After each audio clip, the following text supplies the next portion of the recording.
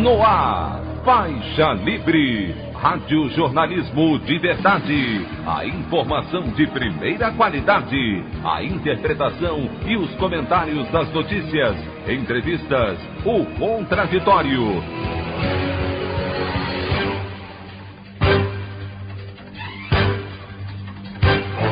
Tudo para aproximar você cada vez mais da realidade do Brasil e do mundo.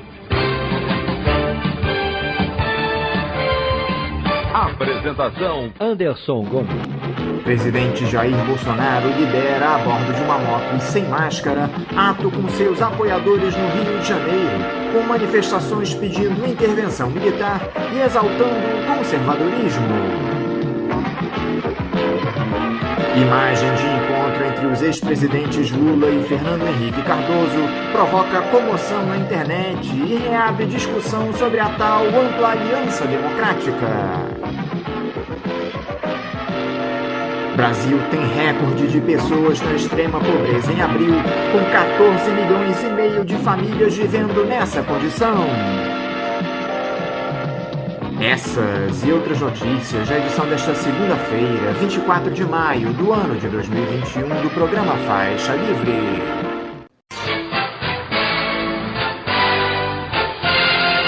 O comentário de Anderson Gomes.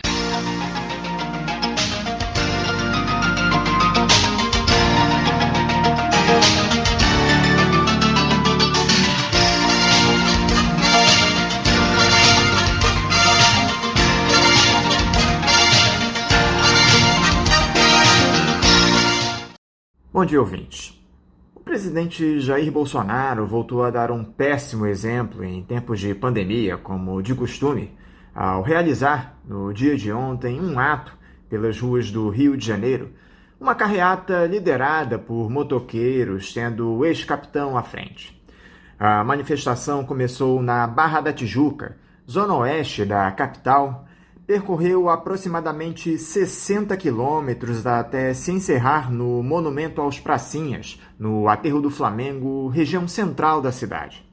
Ao fim do evento, que contou com aqueles já tradicionais e criminosos cartazes exaltando o autoritarismo no país, pedindo intervenção militar, o chefe do executivo discursou por cerca de 5 minutos para os seus apoiadores, elogiou os valores conservadores e viu um locutor questionar os presentes a respeito do voto impresso, pauta defendida historicamente por Bolsonaro e em debate no Congresso.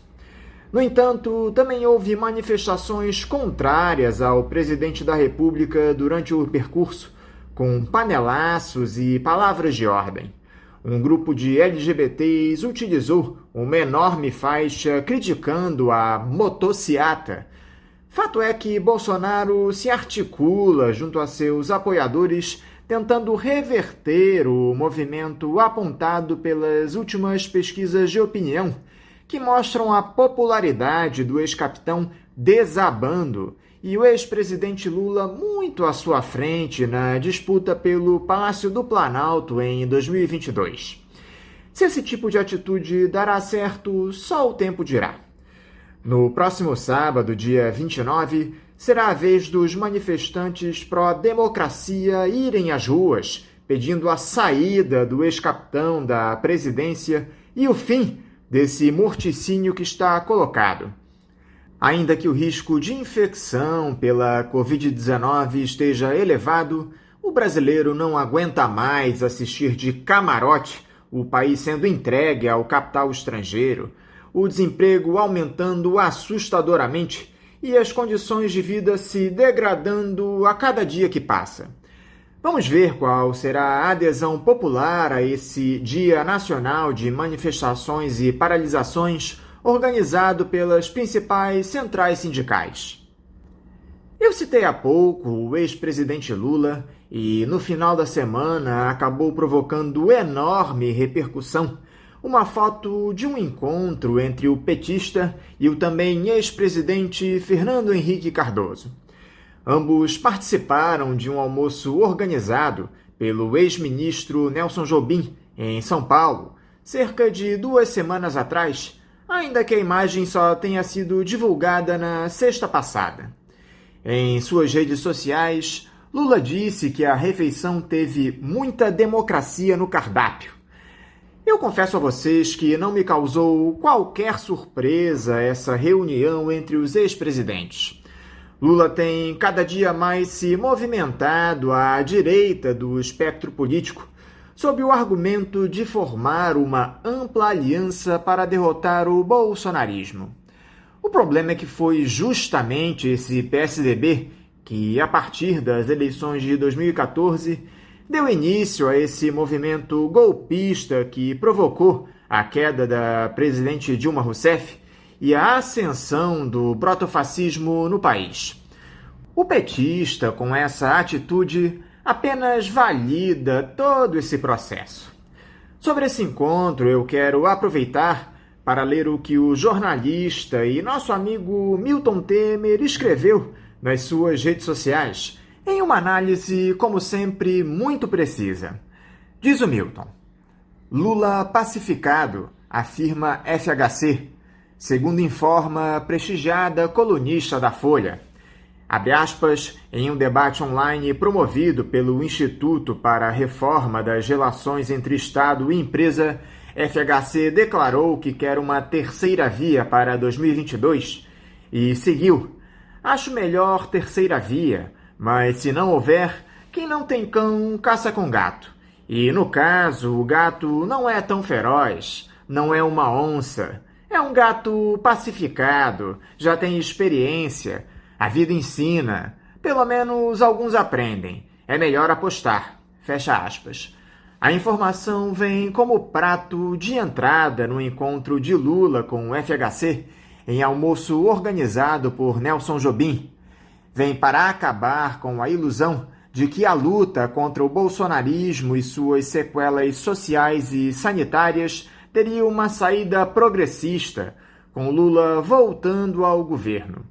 Que atentem para isso os precipitados que, na omissão de uma adesão ainda envergonhada a Lula num eventual primeiro turno de 2022, renegam a tradição de candidatura própria do PSOL em todas as presidências depois da sua fundação, ocultando-se num ainda é cedo para falar em 2022.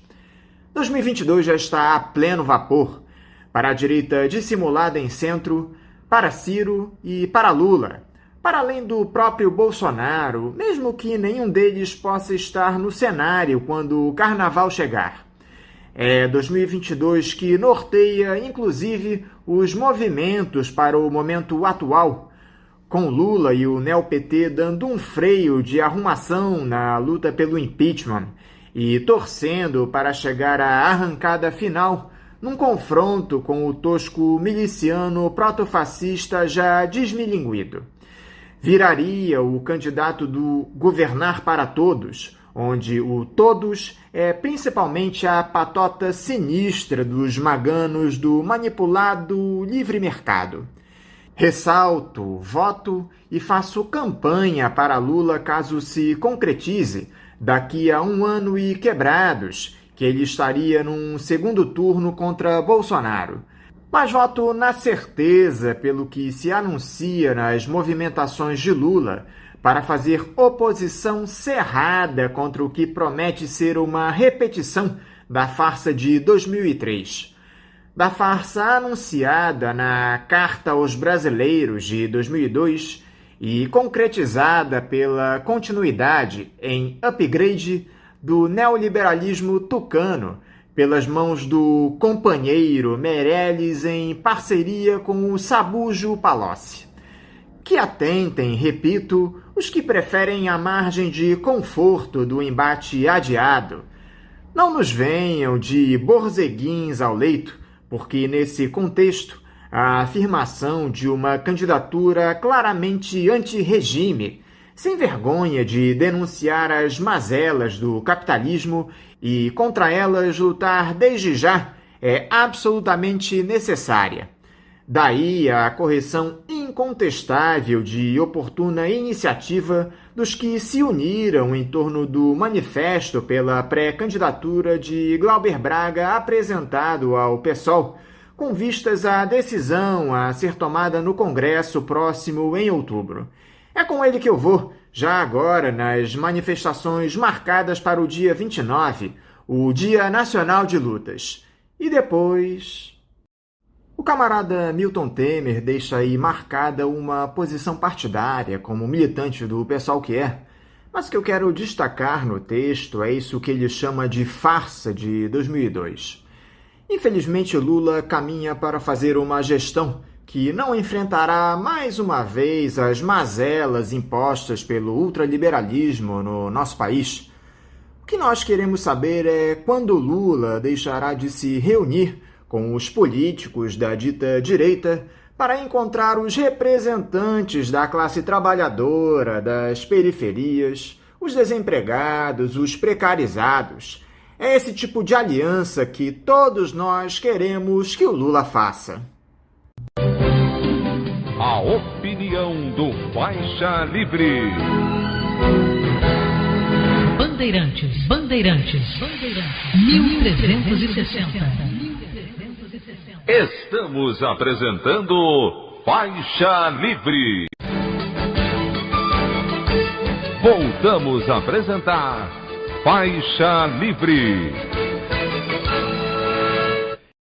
Estamos de volta, ouvintes, com o início da edição de hoje do programa Faixa Livre, que tem na sua produção a jornalista Celeste Sintra, auxiliada pela também jornalista Natália Moraes, tendo no comando do áudio o Francisco. Meu bom dia a todos. E meu bom dia também a você, que pode aqui participar nos enviando mensagens eletrônicas para o endereço ouvinte@programafaixalivre.com.br ou ainda registrando suas participações diretamente nas nossas redes sociais. No Facebook, nossa página é o Programa Faixa Livre. No Twitter e no Instagram, para deixar o seu recado, basta seguir os perfis @PGMFaixaLivre. Lembrando que as participações por telefone estão inviabilizadas, pois durante o período da pandemia do novo coronavírus, nosso programa está sendo gravado no dia anterior à sua veiculação. Pedimos desculpas aos nossos ouvintes que costumam interagir conosco desta forma, mas foi a maneira encontrada pela equipe do Faixa Livre para mantê-los informados sobre o que acontece no país e no mundo com essa nossa visão crítica, e ao mesmo tempo preservando a saúde dos profissionais que levam o programa ao ar. O Faixa Livre pode ser acompanhado também pelo nosso aplicativo para celulares com sistema operacional Android. O nome do aplicativo é Programa Faixa Livre. Os ouvintes também têm acesso à transmissão pelo nosso site, o www.programafaixalivre.com.br, ou pela página da Associação de Engenheiros da Petrobras, a AEPET, uma das nossas entidades patrocinadoras, no www.aepet.org.br. Para quem perdeu alguma das edições ou quer ouvir novamente o Faixa Livre, os áudios das entrevistas e editoriais estão disponíveis no nosso podcast, nos aplicativos Spotify, Deezer e Castbox. E dando início às nossas entrevistas, eu converso com a deputada federal pelo PCdoB da Bahia, Alice Portugal. Alice Portugal, bom dia. Bom dia, Anderson Gomes. É um prazer estar aqui no Faixa Livre com vocês, para conversarmos sobre esses momentos difíceis que vivemos no Congresso Nacional, em especial na Câmara dos Deputados. Deputada, muito obrigado por a senhora estar novamente conosco aqui no Faixa Livre. Deputada, essa última semana foi repleta de péssimas notícias para o povo brasileiro vindas da Câmara dos Deputados. E a primeira delas que eu gostaria de tratar aqui com a senhora é essa reforma administrativa. A Comissão de Constituição e Justiça da Casa discutiria o parecer do deputado Darcy de Matos, do PSD de Santa Catarina, pela constitucionalidade da proposta na última quinta, reunião que acabou sendo cancelada para hoje, segunda-feira. Juristas, especialistas em administração pública e representantes de servidores apontaram diversas falhas no texto que expõem um processo de construção assodado e pouco plural pelas avaliações. Como é que a senhora analisa essas discussões em torno da reforma administrativa, deputada? De fato, ficou para esta semana a votação da PEC 32 no âmbito da Comissão de Constituição e Justiça. A PEC 32 é uma das iniciativas mais nocivas ao Estado nacional e soberano.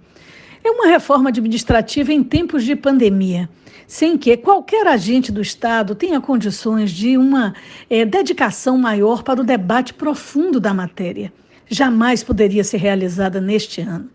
Ela prevê a mudança dos conceitos de ingresso no serviço público e dos próprios princípios do serviço público.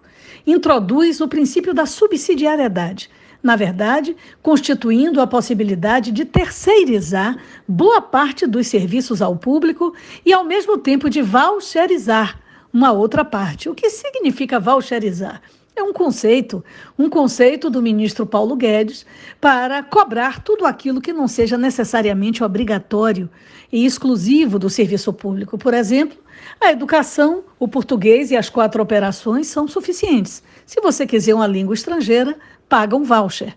Isso tudo está previsto nos conceitos que foram redigidos para constar desta nova reforma e que o trator da maioria artificialmente construída no Congresso Nacional poderá fazer aprovar na Comissão de Constituição e Justiça ainda essa semana.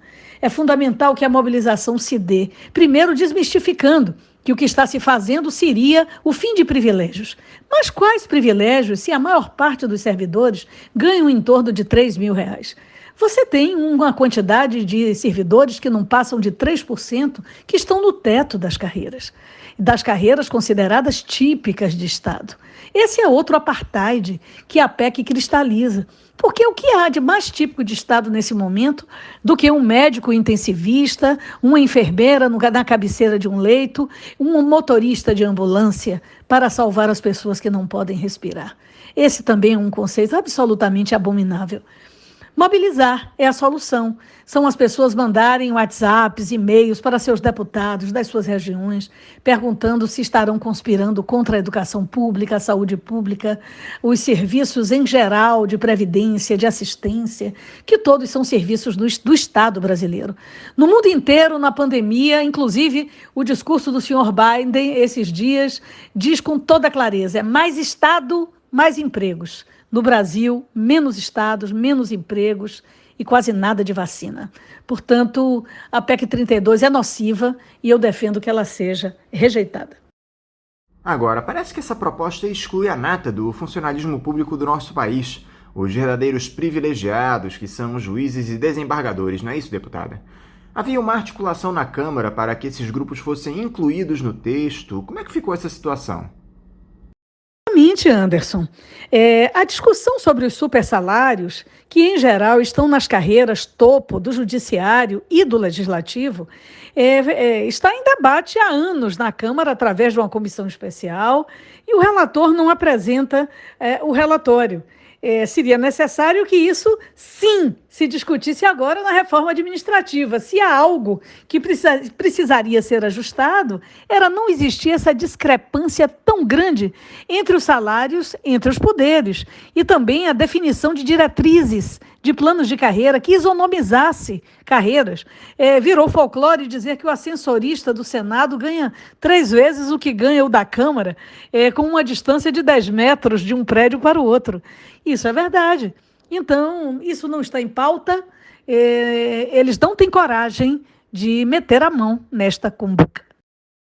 O que mais chama atenção, deputada, é que o governo justifica essa reforma com o argumento de que o Estado brasileiro é ineficiente, inchado e caro.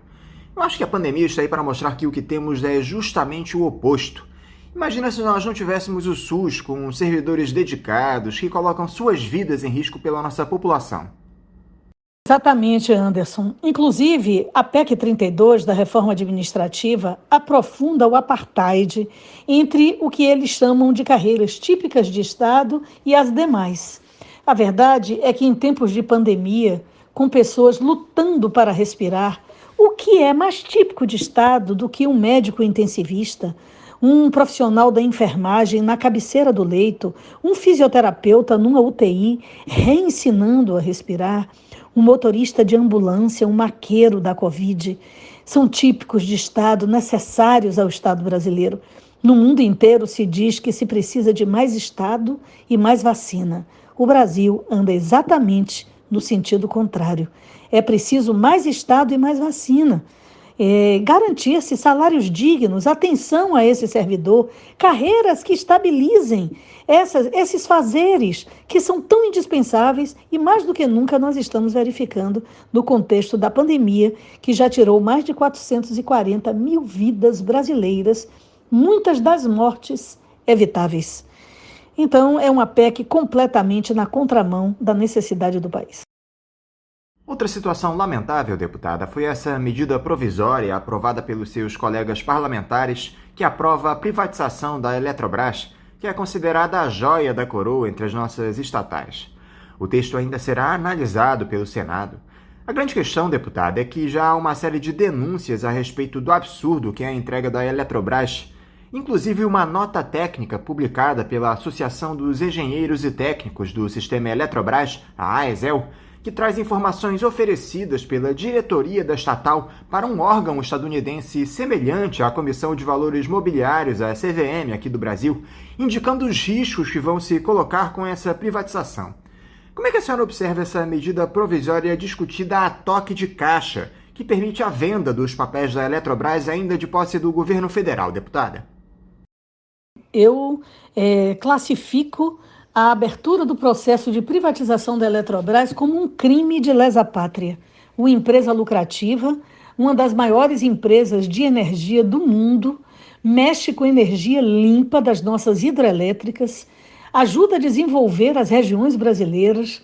Aqui no Nordeste, a Chesf tem sido um ponto diferenciado de estímulo ao desenvolvimento da região. Furnas nem se fala, todas as hidrelétricas que são administradas pela Eletrobras.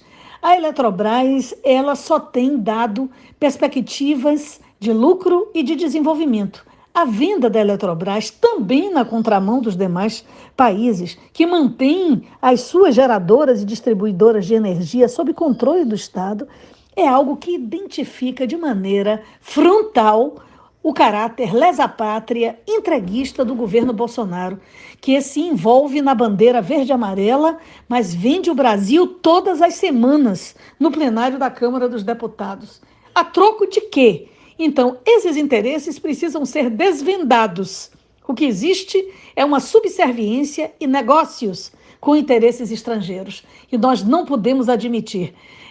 Foi aprovado na Câmara, numa madrugada, com o regimento modificado para calar a oposição, e nós vamos denunciar em todos os espaços, no Judiciário, e esperamos que o Senado não leve adiante esse crime contra a economia e contra a soberania nacional. Algo que impressiona, deputada, é que a gestão do Jair Bolsonaro quer entregar o Estado brasileiro. Alega que não tem recursos, mas o presidente ofereceu mais de 3 bilhões de reais em emendas parlamentares para seus aliados. Escândalo que foi apelidado de tratoraço, porque boa parte dos recursos se deu para a compra de equipamentos agrícolas. Como é que é isso, deputada? Só recebe benesses quem vota com o governo? Como é que tem repercutido esse escândalo aí em Brasília?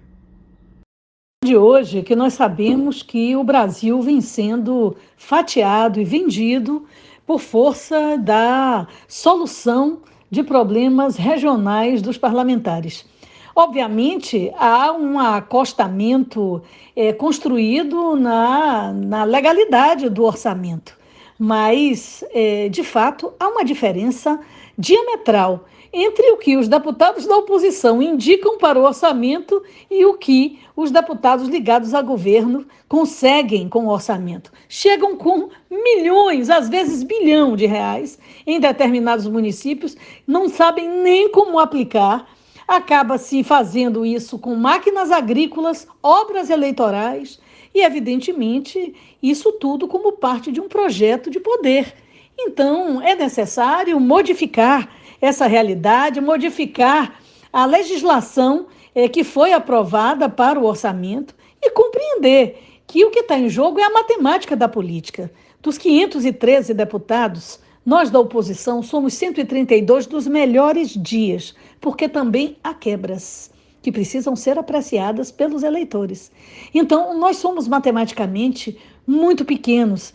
E é evidente que enfrentar esse gigantismo construído com o fisiologismo é algo muito difícil e precisa da mobilização de fora para dentro do Congresso Nacional para que nós possamos barrar essas novas tentativas de dissolução do Estado soberano no Brasil. Agora, a senhora acha que esse tratoraço pode trazer maiores problemas para o presidente da República? Vocês da oposição contestaram de alguma maneira esse episódio? Estado no cotidiano, esse que é mais uma das trocas e outras trocas, como ocorreu na Previdência Social, temos feito essa contestação. Agora, entendemos que os problemas do presidente da República ganham um relevo diferenciado em relação aos crimes contra a saúde da população, o genocídio que está sendo implementado, a negativa à compra de vacinas. Esse é o crime primordial que está sendo apreciado na CPI do tratamento da Covid no Senado e que precisa ser aprofundado, levar o povo de volta às manifestações que tem que estar adequada às regras sanitárias, mas o silêncio não é nosso parceiro.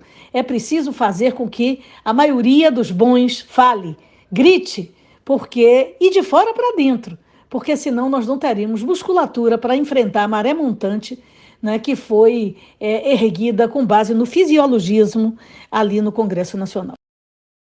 Eu estou parecendo o Cavaleiro do Apocalipse, deputada, porque só trago notícias ruins hoje, mas infelizmente é o que temos nesse conluio ultraliberal entre o governo federal e o Congresso. Outra medida deletéria aprovada pela Câmara foi esse novo licenciamento ambiental, um projeto de lei desenterrado lá de 2004 e que definitivamente passa a boiada na legislação a respeito do tema, como já verbalizou o ministro Ricardo Salles. Nós tratamos bastante desse tema aqui na semana passada, deputada, mas eu gostaria da sua análise para esse projeto. Aliás, parece que vocês parlamentares estavam tentando articular uma CPI para investigar todos esses malfeitos promovidos pelo Ministério do Meio Ambiente. Como é que anda a adesão a essa CPI, deputada? Será que ela vai sair do papel? Do Estado brasileiro que está sendo fortemente atacada é a área do meio ambiente. Aliás, o presidente da República tem um especial horror aos órgãos de controle ambiental, o IBAMA, o ICMBio e todos os organismos que se relacionam com a defesa do meio ambiente são atacados cotidianamente, os seus quadros, os seus servidores, por essa política ambiental de passar o trator. Esses dias, no entanto, o ministro Eduardo Salles acordou com uma visita inesperada, a da Polícia Federal. Está claro que houve tráfico de influência e mau uso do recurso público, além de venda ilegal de madeira certificada às pressas após ter sido colhida ilegalmente, para a tristeza do povo brasileiro que vê a Amazônia sendo devastada por madeireiros ilegais e por toda uma sanha destrutiva em nome do benefício de poucos fazendeiros.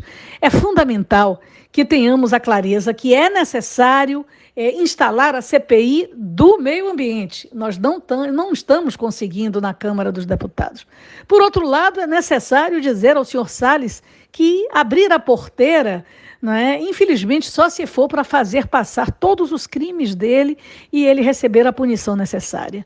E, por último, é dizer que o projeto que agora será apreciado da mineração em terras indígenas, eu espero que o presidente da Câmara dos Deputados ponha a mão na consciência e entenda que essa mineração, sendo liberada, concorre não só para a contaminação do solo, dos lençóis freáticos, das águas, dos rios, que brotam e são conservadas em terras indígenas de norte a sul do Brasil e, sem dúvida alguma, concorre também para a dizimação das populações indígenas, que hoje tem um símbolo do dia, que é a morte por desnutrição da criancinha Yanomami.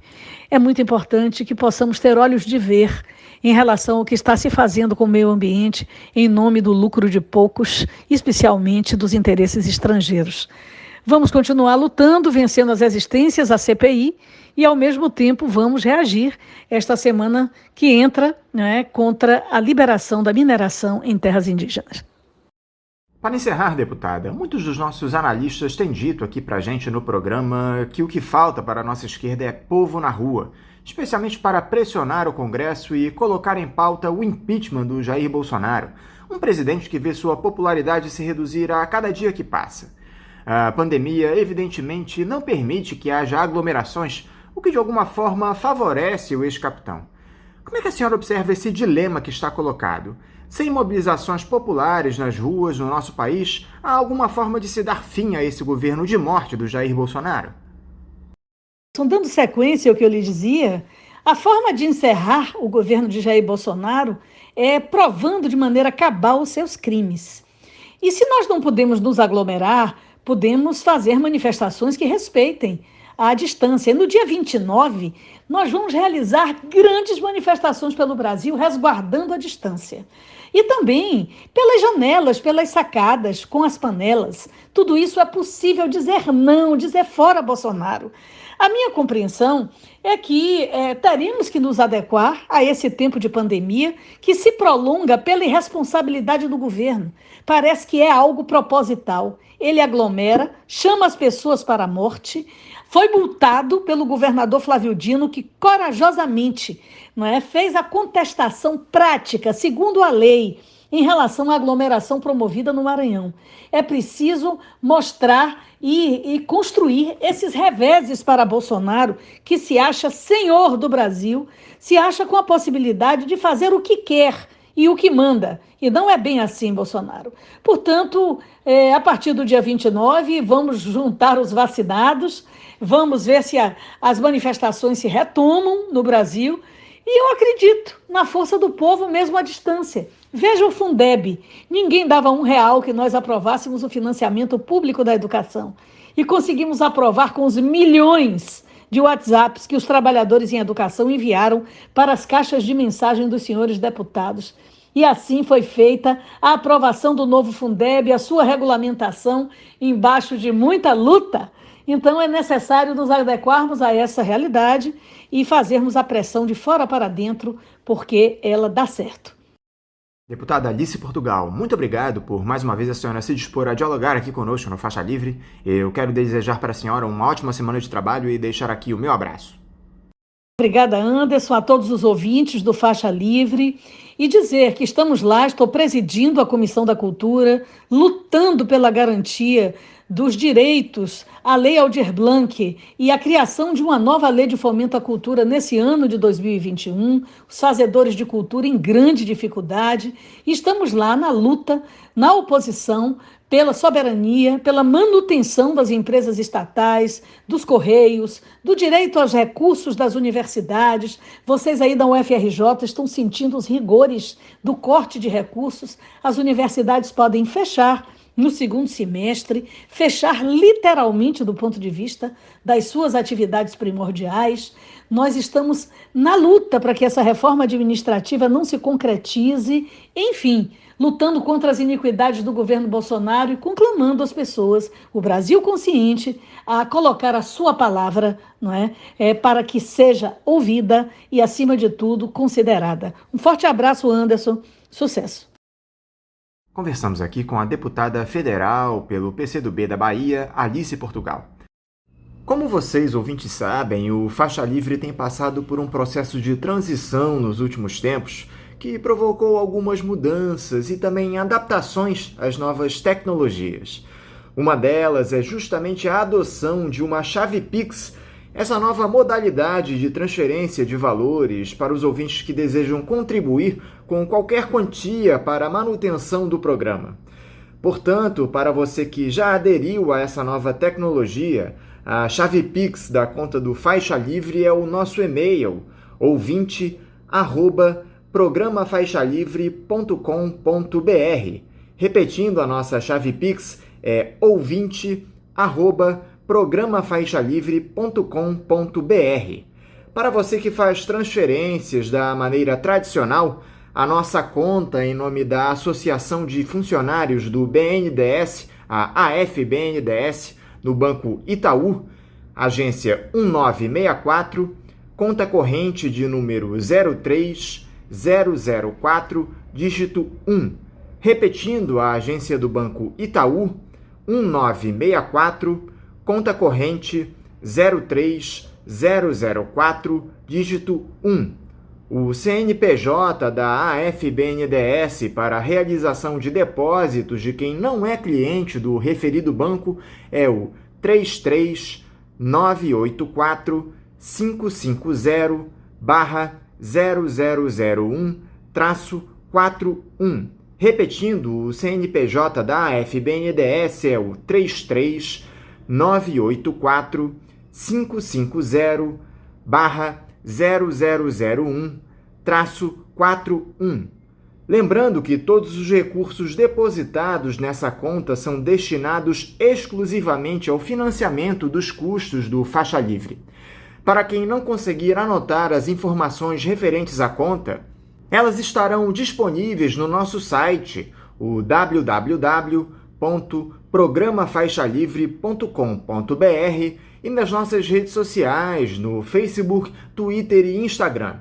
Então, repetindo mais uma vez, a nossa chave Pix é ouvinte@programafaixalivre.com.br e a conta corrente da AFBNDES do Banco Itaú, agência 1964, conta de número 03004, dígito 1.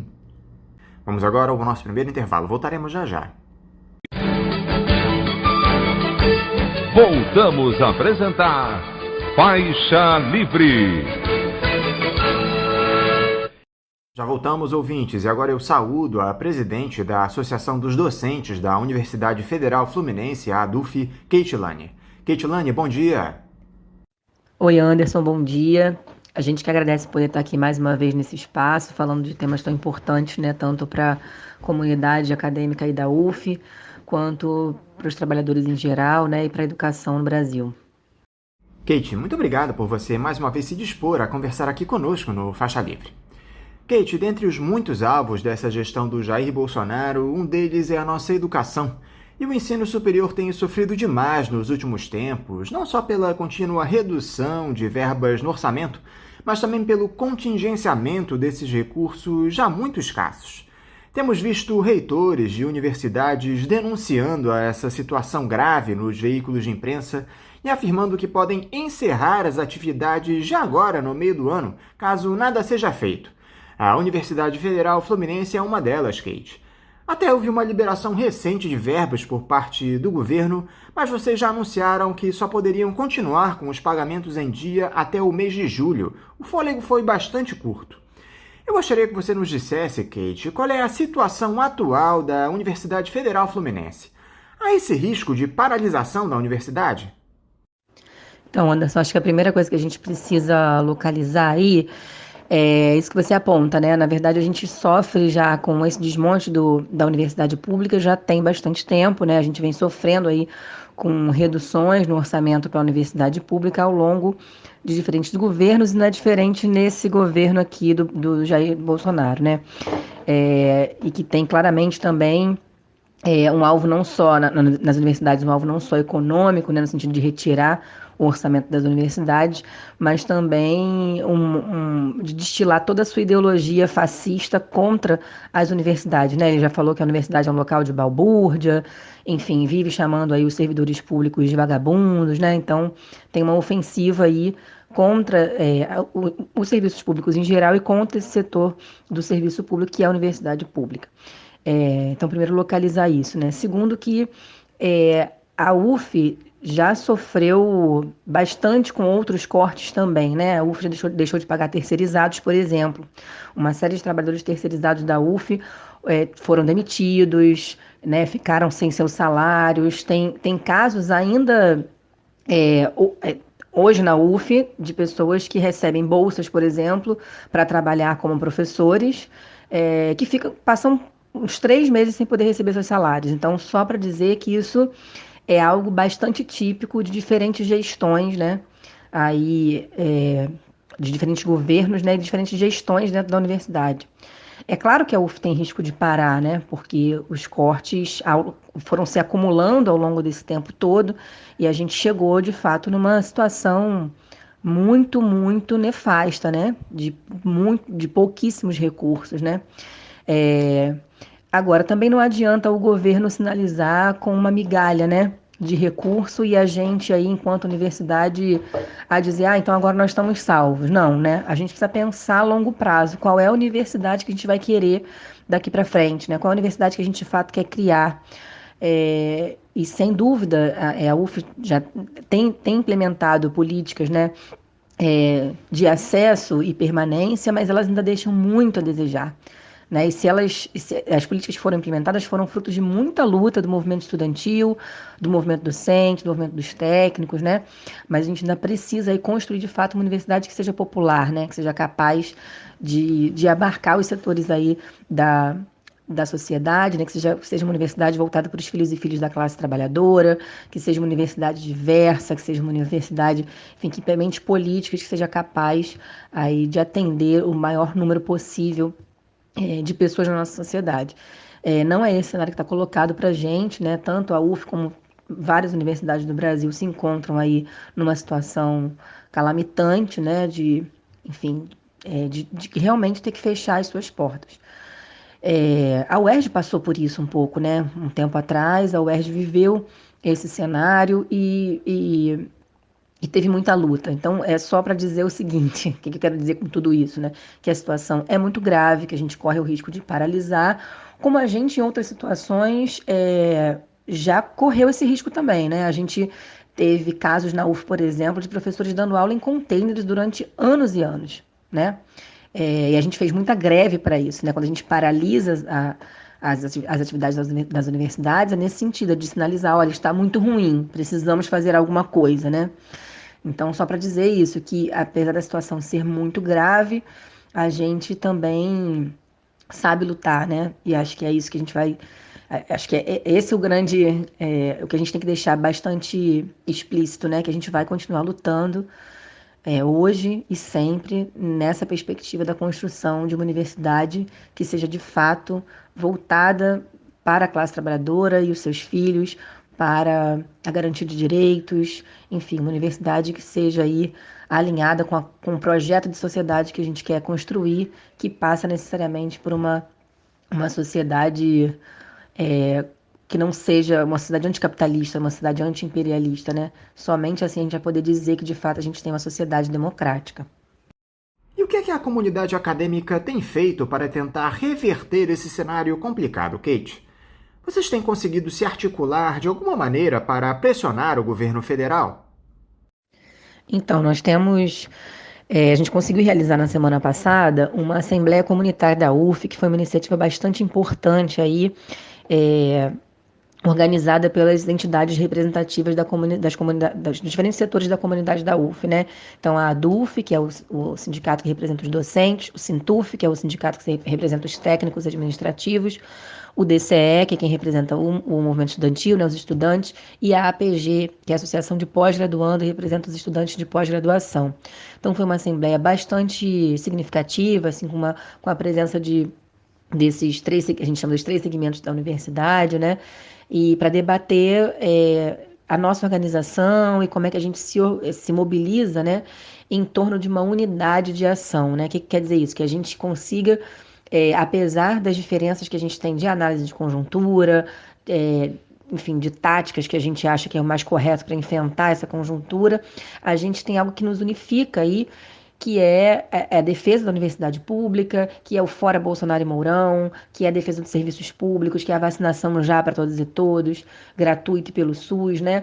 Então, quando a gente fala muito em unidade, não é uma unidade em abstrato, né? É uma unidade de ação, né? Quer dizer, a gente conseguir fazer ações, mobilizações unitárias aí, reunindo o maior número de pessoas possíveis, organizadas pelas suas entidades representativas, mas que tenham uma unidade em torno de uma pauta concreta, né? Uma pauta que, de fato, seja aí pela defesa dos interesses da classe trabalhadora, porque essa é uma bandeira de luta da ADUF, né, ao longo de seus 40 anos, e também do ANDES, que é o nosso sindicato nacional. Então, é isso, a gente tem conseguido se mobilizar. Essa primeira Assembleia Comunitária é uma foi uma primeira iniciativa, né? Ainda é um embrião que a gente espera que cresça. A gente conseguiu tirar uma comissão de mobilização nessa Assembleia. Então, na minha avaliação, foi uma iniciativa bastante significativa, né? Para que a gente possa se manter mobilizado aí para poder enfrentar essa conjuntura que a gente está enfrentando. Enfim, e todo e qualquer governo também que venha novamente a atacar a universidade. Então, a gente tem também aí mobilizações previstas para o dia 29, agora de maio, em unidade com outras categorias, né? E pelo Fora Bolsonaro, a gente acredita que a gente tem que tirar Bolsonaro já, né? É agora, lutar pelo impeachment, porque tem que cair esse governo que é um governo que a gente já sabe que é um governo da morte, né? Tem que ser responsabilizado pelas mortes que tem causado. Então, a gente tem se movimentado nesse sentido e a gente vai continuar aí lutando para que essa unidade seja construída na prática, né, em torno dessa defesa irrestrita tanto da universidade pública quanto dos direitos da classe trabalhadora. A grande questão, Kate, é que a UF administra também o Hospital Antônio Pedro, em Niterói, unidade de referência no município. Os atendimentos por aí também devem parar com esses recursos escassos, Kate? Então, Anderson, aí a gente tem uma questão delicada, né? Porque, na verdade, houve uma privatização, né? Aí uma privatização velada, né? Desses hospitais universitários, aí incluindo o UAP, né? Que é o Hospital Antônio Pedro, porque existe a EBSER, né? Que é a Empresa Brasileira de Serviços Hospitalares, que é uma empresa criada pelo próprio governo para administrar os hospitais universitários, né? Isso foi criado ainda nos governos anteriores, no governo do PT. A gente brigou muito contra isso no Andes, na DUF, né? Se mobilizando aí pelo Brasil todo via Andes e também Niterói via DUF, contra mais essa privatização, né? Porque isso tem a ver com esse contexto de desmonte dos serviços públicos, né? Na verdade, precariza-se o serviço público até ele ficar insustentável para que se venda depois esse serviço para alguma empresa dessas, né? Com todo o patrimônio público que ali está, né? Enfim, e que na verdade não resolve o problema da tal eficiência, né? Que eles dizem que há um reforço, inclusive da mídia, né? De que as coisas privatizadas são melhores do que as coisas públicas, né? A gente vê que isso é uma grande falácia, uma grande mentira, porque as empresas que a gente tem privatizadas não melhoraram, né? Aí o oferecimento de serviço algum. Na verdade, a gente melhora serviço público com investimento em serviço público, né? Investimento de dinheiro público em serviço público. Mas enfim, só para a gente caracterizar aqui, o UAP ele é administrado pela EBSER, então ele recebe uma verba que é composta, ele recebe verba do MEC também, mas ele recebe uma verba também do Ministério da Saúde. Então, só para caracterizar isso. Não que melhore muito a situação do UAP, né? Os trabalhadores que lá estão, inclusive muitos deles estavam pelo Sintuf, né? Nessa Assembleia Comunitária que eu falei anteriormente, relatam as condições precárias que se encontra o hospital, né? Então, é realmente muito, muito grave que a gente tenha esse cenário, né? Porque tem tudo para ser algo muito bom, né? Tem tudo para ser algo muito bom oferecido ao conjunto da população de forma gratuita, né? Porque isso, na verdade, é um direito, né, de todo trabalhador ter serviço público, porque o serviço público ele é construído com um recurso que é gerado pela mão dos trabalhadores. Então, na verdade, o que acontece é um assalto ao fundo público, né, por parte dessas empresas, muitas delas aí incentivadas pelo próprio governo, né, que tomam de assalto essa riqueza que é produzida pelo conjunto da população trabalhadora. Então, isso é muito grave, né, porque a gente precisa cobrar que haja serviço público como um direito fundamental, né, como um direito, inclusive, que tem a ver com o nosso direito à vida, né, à saúde, a condições de vida e de trabalho. Então, o UAP se encontra, né, nessas condições muito precárias, porque já vem se encontrando ao longo dos anos, é importante a gente falar isso, né? Talvez se a gente não tivesse uma política de desmonte desses serviços, tanto da universidade, né, tanto da escola de educação básica, no meu caso, né, que sou do Colune, que é o colégio universitário da UF, quanto, enfim, das unidades da UF no geral e do próprio UAP, se a gente não tivesse um desmonte, né, uma política de desmonte contínuo ao longo dos últimos governos, talvez a gente hoje estivesse numa situação melhor para enfrentar a pandemia, inclusive, né? Para conseguir salvar vidas, inclusive, né? Porque a universidade não é só o ensino e nem só o atendimento, né? Diretamente ao cidadão, mas ela tem toda uma rede, né, de pesquisadores, né? Que tentam aí voltar às suas pesquisas para poder solucionar, né, os problemas da sociedade, né? Então, isso deveria ser muito incentivado, né? Talvez se a gente tivesse tido uma outra política aí ao longo desses últimos anos de neoliberalismo no Brasil, a gente hoje tivesse tanto um hospital universitário melhor, quanto uma universidade melhor, e não precisasse fechar as nossas portas com mais esse corte do governo Bolsonaro e mais esse contingenciamento de verbas, né? Mas não foi isso que a gente viveu, né? A gente vem vivendo esse desmonte ao longo dos anos e agora a gente não tem mais capacidade de suportar mais nenhum corte, porque a gente realmente está numa situação muito, muito grave.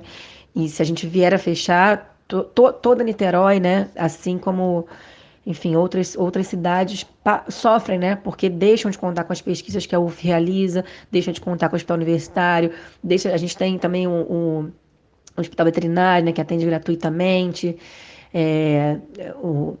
enfim, a gente deixa de contar com vários serviços aí para o conjunto da população, né? Fora os projetos de extensão que a UF também tem curso de línguas, tem, enfim, pré-vestibular, eu não vou lembrar aqui de todos, mas só para dizer que a universidade, ela tem feito, ela tem que fazer, né, esse movimento de servir ao povo também, né? Quando a gente fala de universidade popular também é isso, né?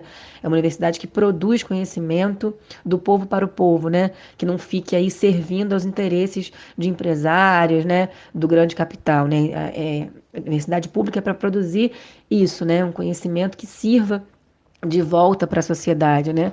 E não que sirva para alimentar aí os banqueiros e empresários que já estão ganhando muito dinheiro, inclusive na pandemia, né?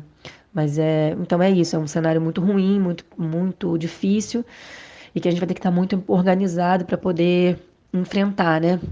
E se a UF, eu quero acreditar, né, que a UF não vai fechar por força da mobilização da nossa luta, porque a gente vai lutar bastante. Outra coisa que chama a atenção, Kate, é que até o acesso dos estudantes à universidade está prejudicado. O INEP já anunciou que entre as suas metas desse ano não está a aplicação do Exame Nacional do Ensino Médio, o Enem, uma das portas de entrada para o ensino superior público.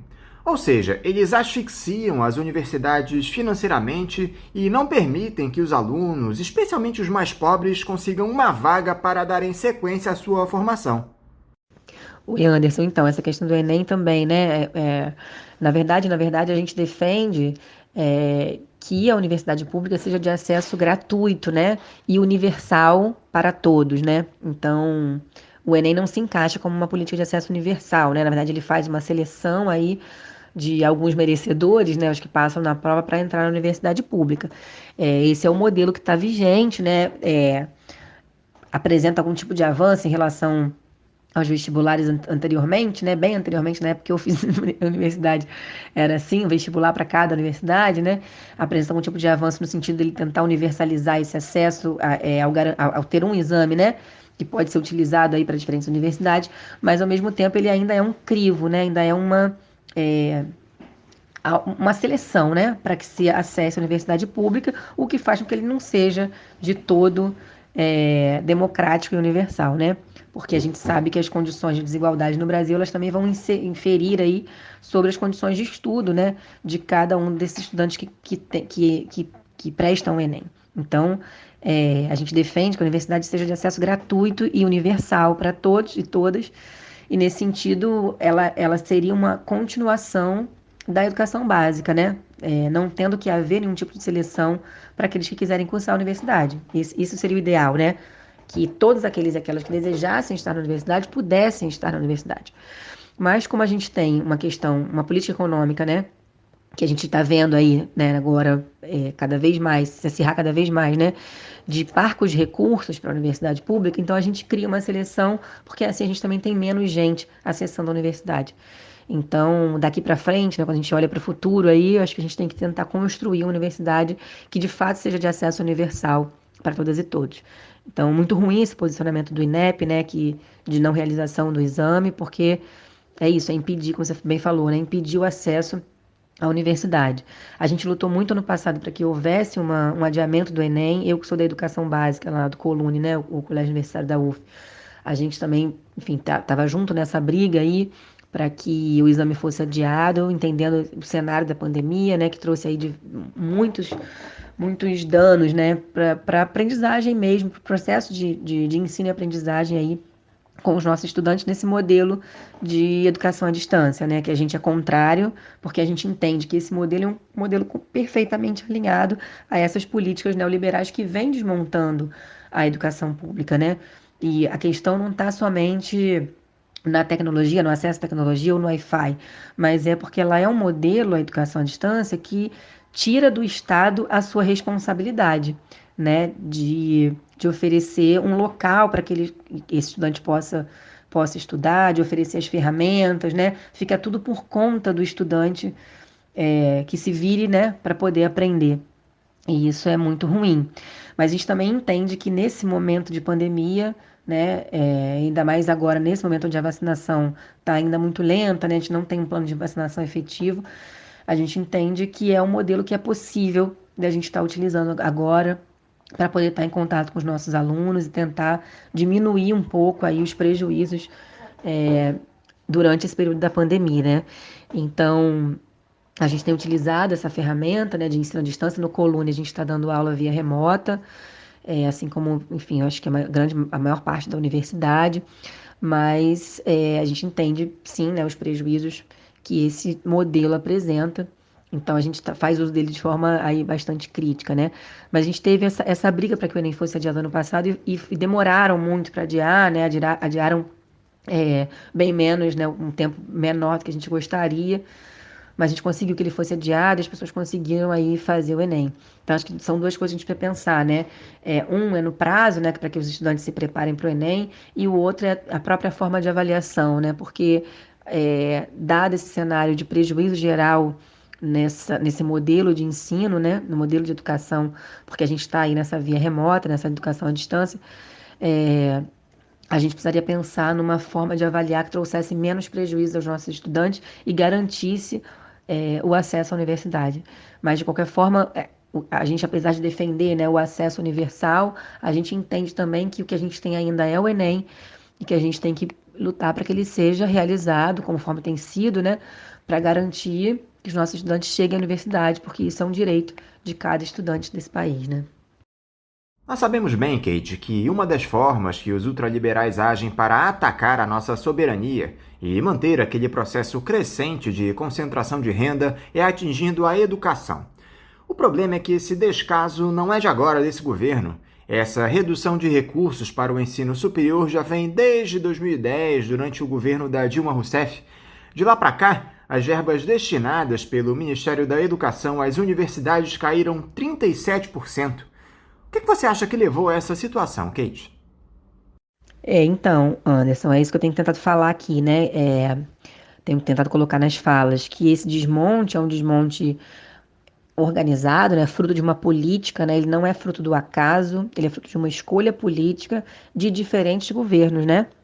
Não só do governo Bolsonaro, mas de governos anteriores, e digo mais, acho que ele é anterior, inclusive, ao governo da Dilma e ao governo do Lula, ao governo da época do PT, né, que a gente costuma dizer dos governos de conciliação de classe, né.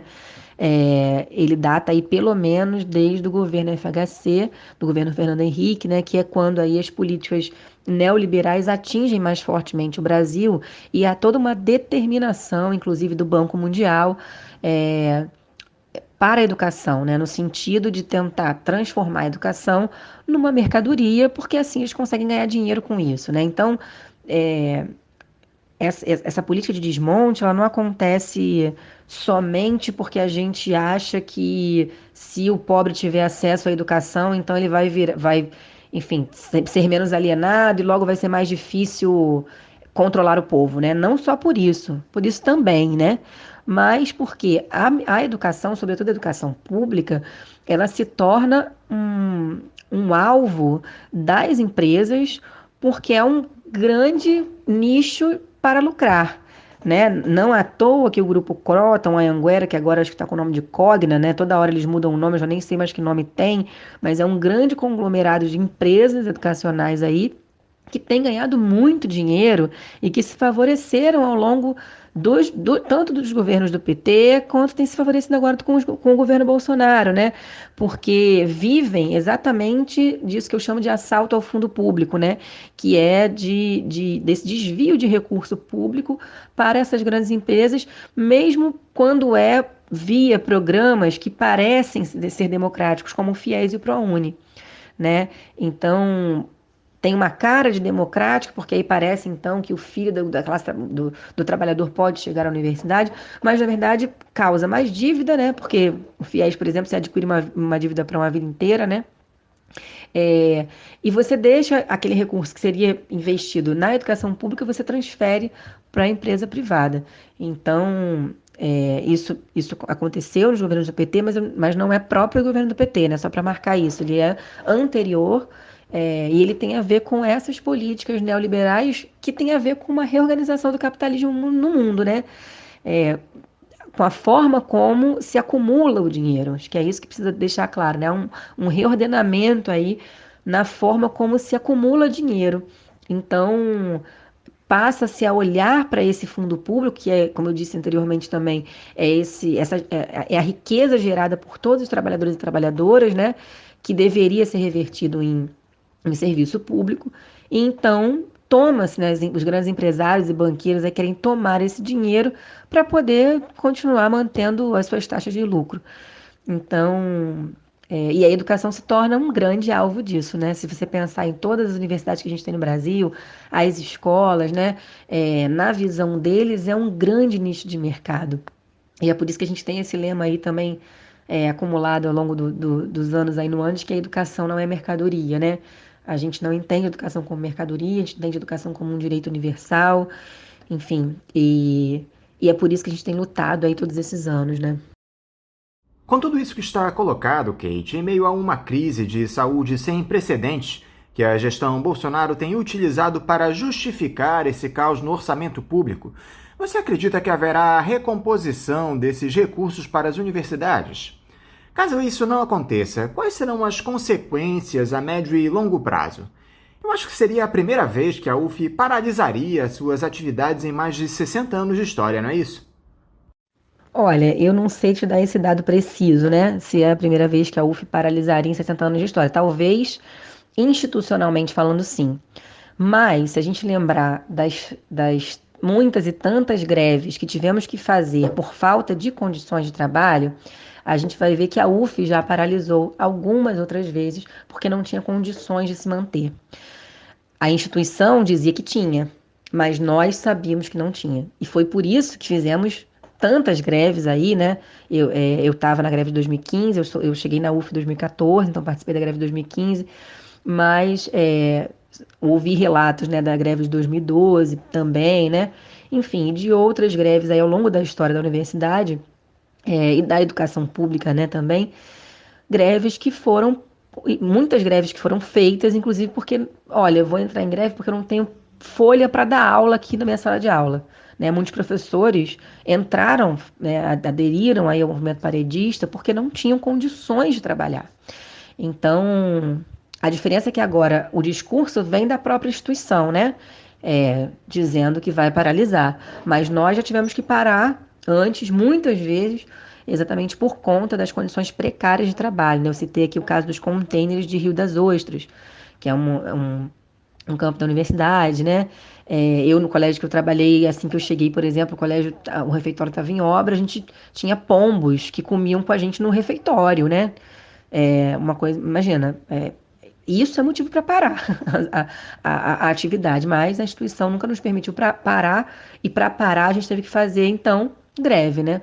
Então, só para a gente poder também dialogar um pouco sobre isso, né? Acho que não vai haver nenhuma recuperação, né? Nenhuma reordenação desse orçamento, porque acho que não há nenhum interesse em investimento na educação. Pelo contrário, né? O tempo todo a política neoliberal diz que a educação é um gasto, que precisa cortar, né? Mas, ao mesmo tempo, tem dinheiro para caramba aí para banqueiros, para aumentar, enfim, salários de parlamentares, né? para aumentar aí os lucros de quem já lucra bastante nesse país. Então, enfim, não tem nenhuma crença de que vai haver alguma benevolência do governo, e é por isso exatamente que a gente precisa estar na luta, né? Para que a gente possa fazer essa cobrança, porque se houver essa recomposição, né, orçamentária, ela virá da pressão popular, ela virá da organização tanto de docentes, técnicos e estudantes, mas também aí em diálogo com o conjunto da sociedade. Essa luta é muito grande, né? Essa luta não é interna da universidade, essa luta não é somente pela universidade, né?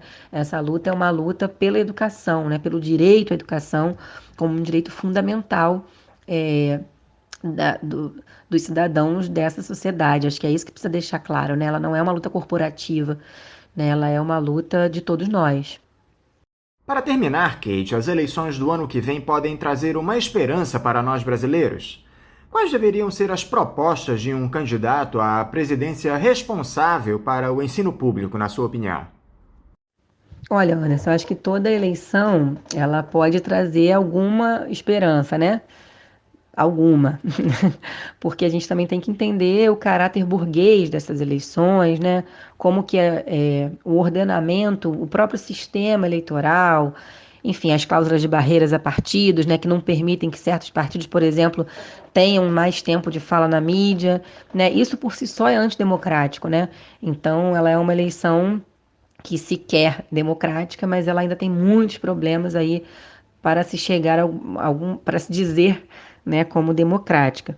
Mas, claro, né, pode ser que apareça, enfim, que mude a correlação de forças, que a conjuntura mude, que a gente seja capaz de reorganizar a classe trabalhadora, exercer uma pressão popular, né, tanto sobre os governos quanto seus apoiadores, né, que a gente tem que entender que o problema não é só de quem está lá de frente no governo, mas de toda uma rede empresarial, né, militaresca também, né, aí policialesca que apoia esses governos, né? Então, é uma questão grande, né? Agora, ao mesmo tempo que pode sim, né, aparecer então alguém que de fato apareça como candidato que possa trazer algum tipo de esperança, e acho que para isso esse candidato teria que de fato estar defendendo os interesses da classe trabalhadora, os direitos, né, dos trabalhadores e trabalhadoras, sem nenhum tipo de conciliação com os interesses da burguesia, com os interesses dos bancários, né, dos empresários, porque são interesses extremamente antagônicos. Não há possibilidade de se conciliar os interesses da classe trabalhadora com os interesses da burguesia, né? Porque uma classe quer explorar e a outra é explorada.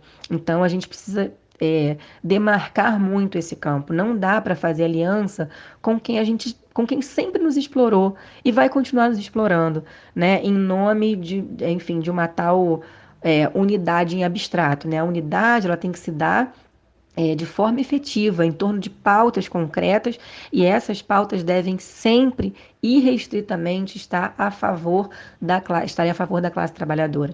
Então, não há ilusão alguma que, com esse tipo de conciliação, com qualquer candidato que apareça nesse sentido, né? Qualquer candidato que apareça tentando conciliar os interesses dos trabalhadores e da burguesia, vai, na verdade, ou voltar para uma política que a gente tinha, né, na época dos próprios governos do PT, e que a gente sabe que, embora em certos aspectos, né, sejam melhores, né, do que um governo marcadamente fascista, ultradireita, enfim, ultraliberal, como é o governo Bolsonaro, também teve muitos problemas, né? Teve problemas, inclusive, com a democracia, né? Uma democracia que nunca chegou nas favelas e periferias desse país, né? Uma democracia que nunca foi capaz de proteger o povo preto e favelado desse país, né? A polícia sempre atuou nas áreas de favela, como atua até hoje, matando, né? A chacina que a gente viu no Jacarezinho, e óbvio, né, que aparece agora, não é à toa, nesse governo que é fascista, assim como o governo do próprio estado do Rio de Janeiro, que autorizou a ação, né, não foi a primeira da nossa história, né, e possivelmente não será a última, né, se a gente não tiver a capacidade de enfrentar, de fato, esse poder, né, que a polícia ainda tem num Brasil que saiu há pouco de uma ditadura, né.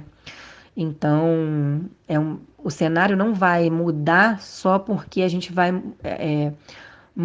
mudar na sua aparência ideológica ou vai pintar de democracia o que vai vir depois, né? A gente precisa de fato garantir que a democracia seja efetiva, o que seja a favor dos interesses da classe trabalhadora. Essa é a democracia que a gente quer, né? Essa democracia que a gente quer construir. Não é ter um pouco de democracia como a gente tinha antes, né? E a gente sabe que agora está pior ainda, né? A gente quer de fato construir uma democracia que a gente possa finalmente se dizer livre, né? A gente possa se dizer livre para escolher, né? Que a gente tem as nossas liberdades democráticas garantidas, né? E isso a gente só vai conseguir aí por meio da pressão popular, da construção de um poder popular, né? Então, eu não tenho nenhuma ilusão com 2022 e acho que deixar esse debate para 2022 é muito perigoso, né? Porque a gente não sabe quem é que vai estar vivo até 2022 para poder fazer esse enfrentamento. Então a luta é agora, começa agora. E começa não, né? Porque a gente também já está em luta há bastante tempo, mas a gente continua a luta agora, né? E 2022 a gente espera que o cenário seja melhor e a gente espera construir uma mobilização popular agora para que a gente possa forjar as bases de uma efetiva mudança para 2022. Isso pode ser feito, mas sem nenhum tipo aí de ilusão com qualquer conciliação de classe ou com as próprias eleições burguesas, né? Que a gente seja capaz de construir agora a democracia que a gente quer e essa democracia passa necessariamente pelo poder popular. Ketilane, mais uma vez, muito obrigado por essa conversa conosco aqui no Faixa Livre. Nós estamos aqui abertos mais uma vez para que vocês possam tratar dessas questões muito importantes a respeito dos recursos para o financiamento da UF. É algo que muito nos preocupa. Eu quero te desejar uma ótima semana na medida do possível e deixar aqui também um forte abraço. Então, Anderson, eu que agradeço em nome da ADUF, né? Esse espaço, a gente poder estar conversando aí sobre essas ideias. Então, é muito difícil a gente conseguir fazer isso na grande mídia, né? Porque a gente sabe que a grande mídia acaba atuando aí como um braço, né, das ideologias dominantes, essas ideologias da classe dominante, né? Que nos explora. Então, agradecer esse espaço e chamar todos e todas para estarem dia 29, vai ser um sábado que vem, é um dia nacional pelo Fora Bolsonaro e Mourão. Então, que a gente possa aí, de fato, estar construindo, né, não só uma resistência a esse governo, mas uma ofensiva, porque esse governo precisa cair, né? A gente não pode esperar 2022 para que ele caia, a gente tem que fazer com que ele caia agora, porque muitas pessoas estão morrendo e a gente precisa parar essa matança, né? Então, dia 29, todos e todas que puderem estar nas ruas, com todos os cuidados necessários. A gente sabe como é difícil estar na rua nesse momento, mas como diziam lá numa blusa que eu vi numa pessoa lá no Jacarezinho, né? Nós estávamos em casa e eles foram nos matar em casa. Então, não dá nesse momento ao mesmo tempo para a gente deixar para depois. Então, quem puder estar nas ruas contra o Bolsonaro, né? Pela queda do Bolsonaro, pelo impeachment já de Bolsonaro e Mourão e construindo também aí o nosso futuro, né? Construindo o amanhã, porque a gente começa a construir o amanhã é agora. Né? E esse amanhã virá, mas virá pelas mãos dos trabalhadores e das trabalhadoras. Então, é isso. Muito obrigada, Anderson. Conversamos aqui com a presidente da Associação dos Docentes da Universidade Federal Fluminense, a ADUF, Ketilane. Vamos agora a mais um intervalo. Voltaremos já já. Voltamos a apresentar Faixa Livre. Já voltamos, ouvintes, e agora eu saúdo o diretor do Sindicato dos Petroleiros do Rio de Janeiro, Sindipetro RJ, Antony Devalle. Antony Devalle, bom dia. Bom dia, Anderson. Bom dia, ouvintes. E também faço aqui um bom dia especial para os trabalhadores da Petrobras Biocombustível que estão em greve nesse momento. Antony, muito obrigado por você estar aqui conosco mais uma vez no Faixa Livre. Antony, o programa de entrega da nossa Petrobras vem tendo continuidade nesse governo do senhor Jair Bolsonaro e parece que um dos próximos alvos é justamente a Petrobras Biocombustíveis, a PBio, uma empresa fundamental nesse processo de transição energética que está colocado em todo o mundo em busca de uma matriz mais limpa, com menor emissão de gás carbônico. E para protestar contra tudo isso, Anthony, na tentativa de evitar essa privatização, os trabalhadores da PBio entraram em greve na última quinta-feira. Antes de nós falarmos sobre essa greve e as reivindicações dos trabalhadores, Anthony, eu gostaria que você explicasse aqui para os nossos ouvintes como anda a situação da PBio. Falasse um pouco sobre a importância dela para o nosso país. Então, Anderson, a Petrobras Biocombustível, a PBio, foi criada em 2008, no contexto do Programa Nacional do Biodiesel.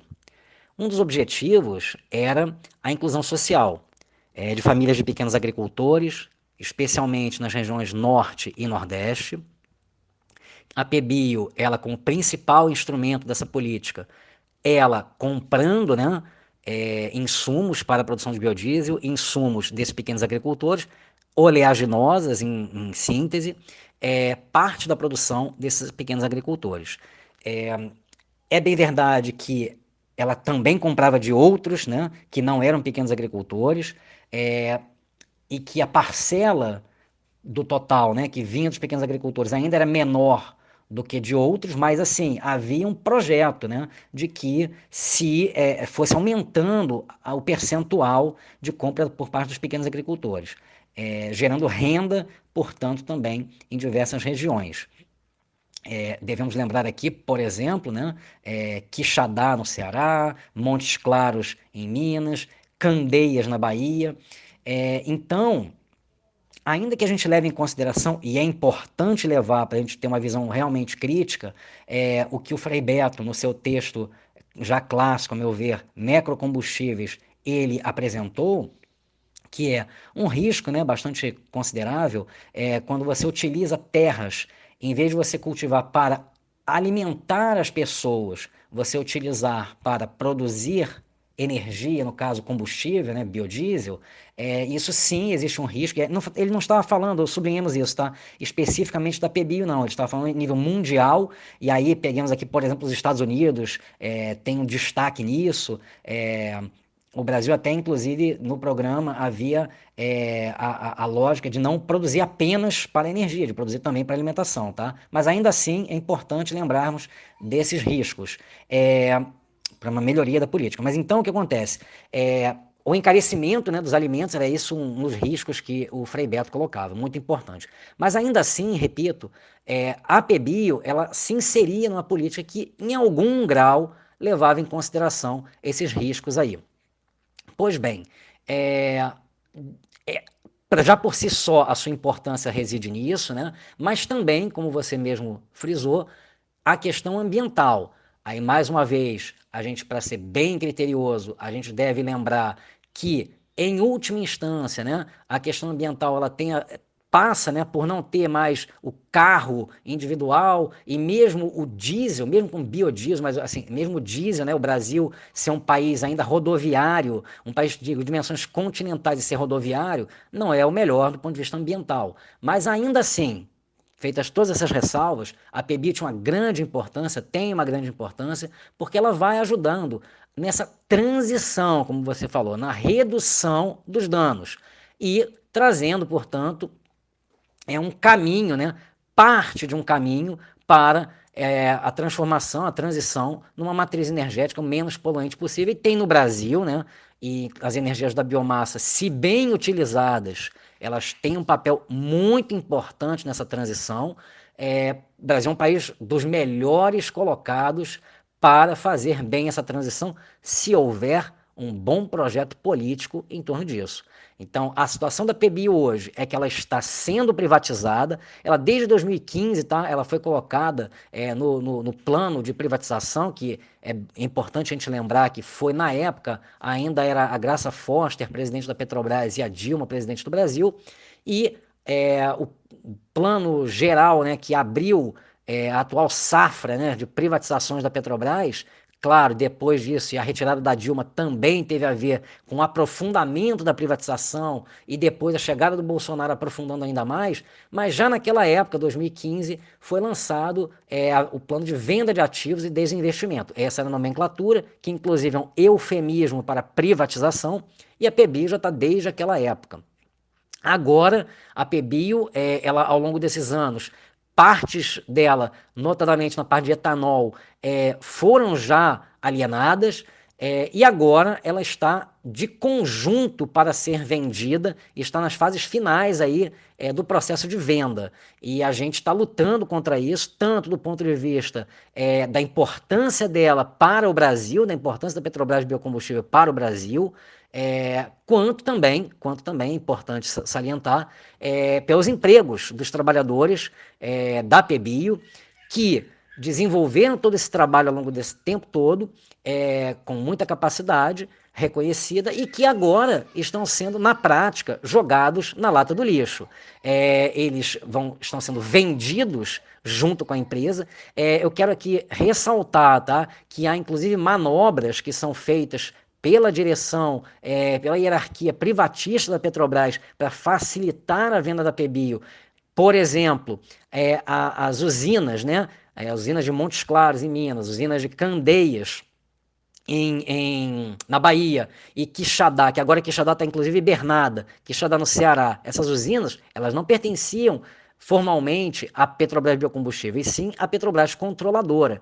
E só recentemente, em 2019, 2020, é que elas foram passadas para a Petrobras Biocombustível, num contexto qual, lembremos, em que o STF decidiu que subsidiárias poderiam ser vendidas, de estatais, né, poderiam ser vendidas, privatizadas, sem passar pelo Congresso Nacional e sem passar pelo modelo de licitação.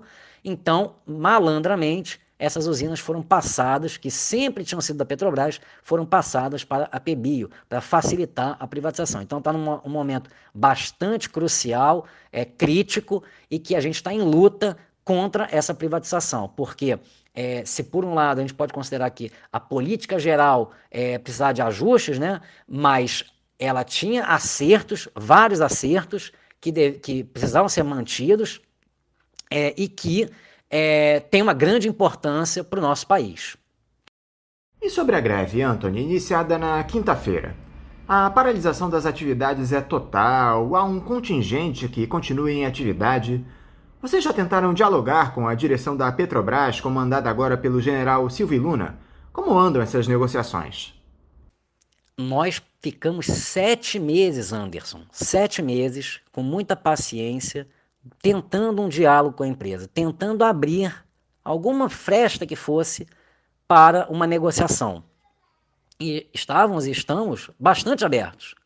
Acontece que a hierarquia da PBio e da Petrobras, elas se negaram, primeiro pelo silêncio absoluto, mandavam os ofícios, elas sequer respondiam, e por fim, no último dia 5 agora de maio, houve finalmente uma reunião na qual a hierarquia da PBio e da Petrobras Controladora, elas disseram o seguinte, né? Olha, aqui a gente não está negociando, a gente está apenas informando a vocês, conversando com vocês. Diante disso, repito, 7 meses tentando, nós, ainda assim, solicitamos que eles buscassem, né, junto à hierarquia mais alta da Petrobras, reverter. Eles responderam poucos dias depois que não haveria nenhuma mudança, que mantinham a venda da empresa e a venda dos empregados e que não tinha abertura nenhuma para negociação. Nós solicitamos também, enviando ofício e também conversando nessa reunião, que a gente pudesse ter um encontro com o novo presidente da Petrobras, né, o Silvio Luna, a fim de que, bem, ele está chegando, a gente gostaria de colocar todas as nossas argumentações, todos os nossos argumentos aí para que ele pudesse avaliar. Ele até chegou a responder, mas muito laconicamente e não marcou nada, e enfim, nós tentamos e não conseguimos ser recebidos. Diante disso, né, como estávamos vendo todas as portas fechadas, nós decidimos junto, né, os trabalhadores decidiram em assembleia, tanto os trabalhadores da sede, que fica aqui no Rio de Janeiro, quanto os trabalhadores das usinas que ainda estão em funcionamento, que são as de Montes Claros, né, aliás, com o nome oficial também muito importante, né, Darcy Ribeiro, um dos gênios do Brasil, um dos grandes construtores do nosso país, de Montes Claros em Minas, e de Candeias, na Bahia. Mais uma vez eu ressalto que Quixadá já tinha sido hibernada, né? Então, todos esses trabalhadores, repito, tanto da sede quanto das duas usinas, Minas e Bahia, decidiram por fazer a greve. E decidiram por deflagrá-la agora no dia 20 de maio. Foi uma decisão muito majoritária, a adesão ela é muito grande mesmo, inclusive a sede, que é algo inédito, essa greve na sede, é bastante importante porque no imaginário das pessoas está lá que assim, na greve não tem greve na sede, a sede não faz e não adianta. E aqui a gente está provando, né, que isso é um mito e que esse mito serve à hierarquia privatista e que desmontá-lo é muito importante. Eu quero aqui trazer entre aspas, detalhe, né, porque para mim não é um detalhe, que é o seguinte: o sofrimento dos trabalhadores é muito grande, porque a gente está numa situação de desemprego estrutural, acentuada por um desemprego que está maior ainda, né, pela questão da pandemia, e pela crise econômica geral que está colocada também. Então, a perda de um emprego agora, né, e os trabalhadores serem vendidos na prática, né, muito provavelmente, a gente olha a história das privatizações, a gente vê que a demissão em massa ela está no horizonte, porque geralmente isso acontece numa privatização. Quem compra acaba, na prática, demitindo grande parte dos trabalhadores. E não demora nem tanto tempo. Então, esse horizonte aí angustia muitos trabalhadores. Ainda por cima, porque para muitos deles, né, e para muitos de nós, era um sonho trabalhar no sistema Petrobras. E foi feito todo um esforço nesse sentido, e uma identificação, né, com um projeto pelo qual a Petrobras foi criada, um projeto de uma empresa a serviço do povo trabalhador brasileiro, a serviço do nosso país. Então, também todos os sonhos jogados na lata do lixo. Então, assim, o que a empresa faz diante de todo esse sofrimento? Não só ela não aceita nem negociar nada, mas ela, a meu ver, de modo que é um escárnio, ela diz aos trabalhadores o seguinte: olha, tem aqui um aplicativo anti-estresse, né, para meditar. Então você aqui, ó, utiliza isso aqui, tá? Que você, poxa, eu até batizei isso aí de sorria, você está sendo privatizado. E essa greve é justamente para dizer o seguinte: olha, não tem sorria, você está sendo privatizado. Nós não queremos ser privatizados.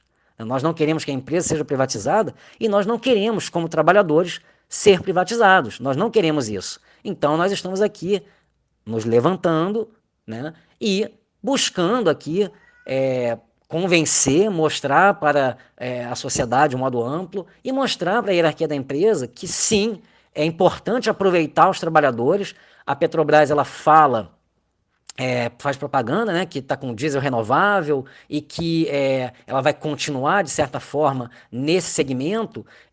Então, por que não? Ainda mais por esse motivo, não que seja o único motivo, os trabalhadores da Petrobras Biocombustível eles têm capacidade de trabalhar em qualquer outra área da Petrobras, mas, de qualquer modo, e se acentua pelo fato dela dizer, né, e que vai continuar no segmento a partir do diesel renovável. Então, por que não aproveitar esses trabalhadores, ainda mais que não é um contingente tão grande assim, é da ordem de 150 trabalhadores, a ordem de grandeza. Então, a gente acha que seria muito importante. E a greve, ela é uma greve que, inclusive, também tem outro fator importante, que, eventualmente, né, pode ser um estopim para uma ampliação da greve dentro do contexto do sistema Petrobras, porque o que está acontecendo agora na Petrobras Biocombustível é mais um trailer, já tivemos outros, por exemplo, na Petrobras Distribuidora, a nossa famosa BR, né, um dos principais cartões postais do sistema Petrobras, que são os postos de gasolina, de combustíveis, né,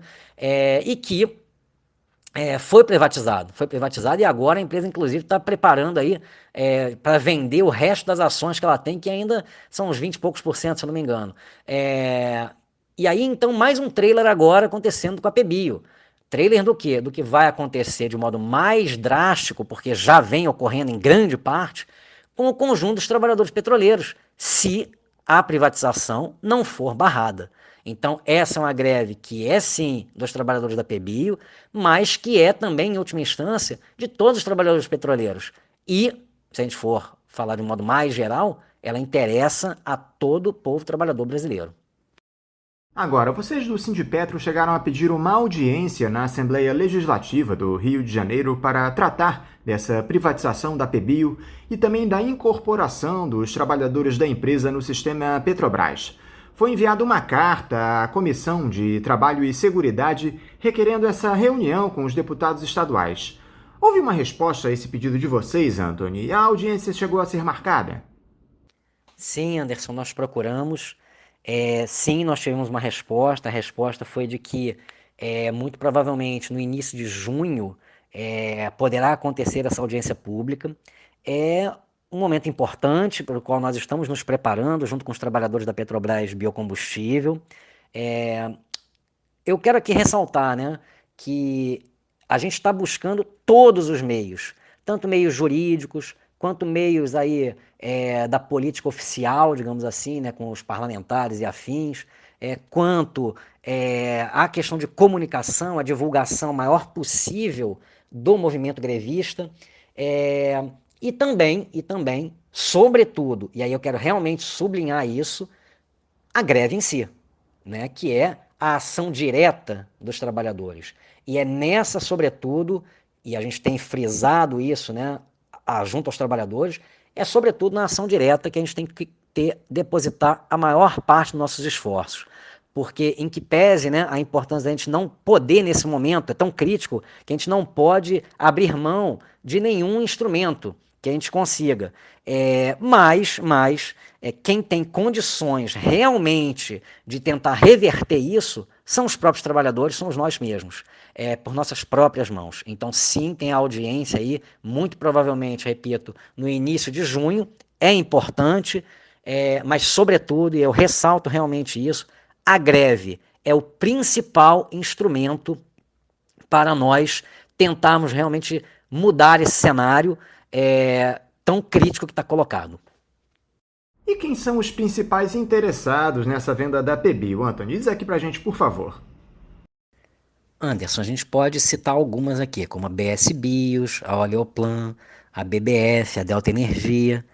A gente pode citar também outros, como a Cargill, né? A própria Bunge. Lembramos que a Bunge é também o Pedro Parente, que foi presidente da Petrobras, também foi presidente da Bunge, né? Então, assim, não é por acaso, as coisas nem sempre são por acaso.